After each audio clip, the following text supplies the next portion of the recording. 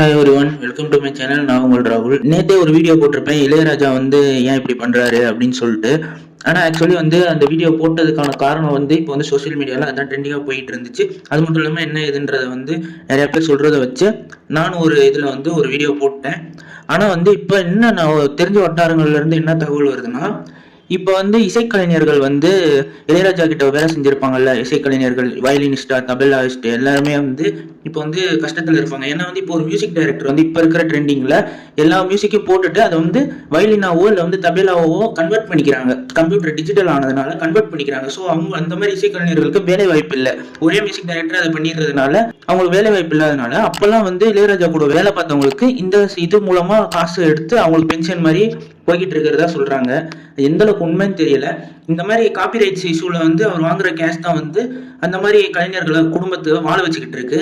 இவர் வந்து அந்த காசை வாங்கி பென்ஷன் மாதிரி அந்த வயலினிஸ்ட், தபேலாயிஸ்ட், அந்த இசைக்கலைஞர்கள், அவர் கூட வேலை பார்த்த இசைக்கலைஞர்களுக்குலாம் வந்து இவர் தான் வந்து காசு கொடுக்கறதா கேள்விப்பட்டேன்.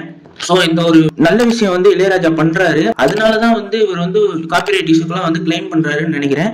ஸோ நீங்க இதை பத்தி என்ன நினைக்கிறீங்கன்றது வந்து கமெண்ட் பாக்ஸ்ல கமெண்ட் பண்ணுங்க. நெக்ஸ்ட் வீடியோவில் பார்ப்போம். Stay safe. மறக்காம சர்ப்ரைஸ் பண்ணுங்க. தேங்க்யூ.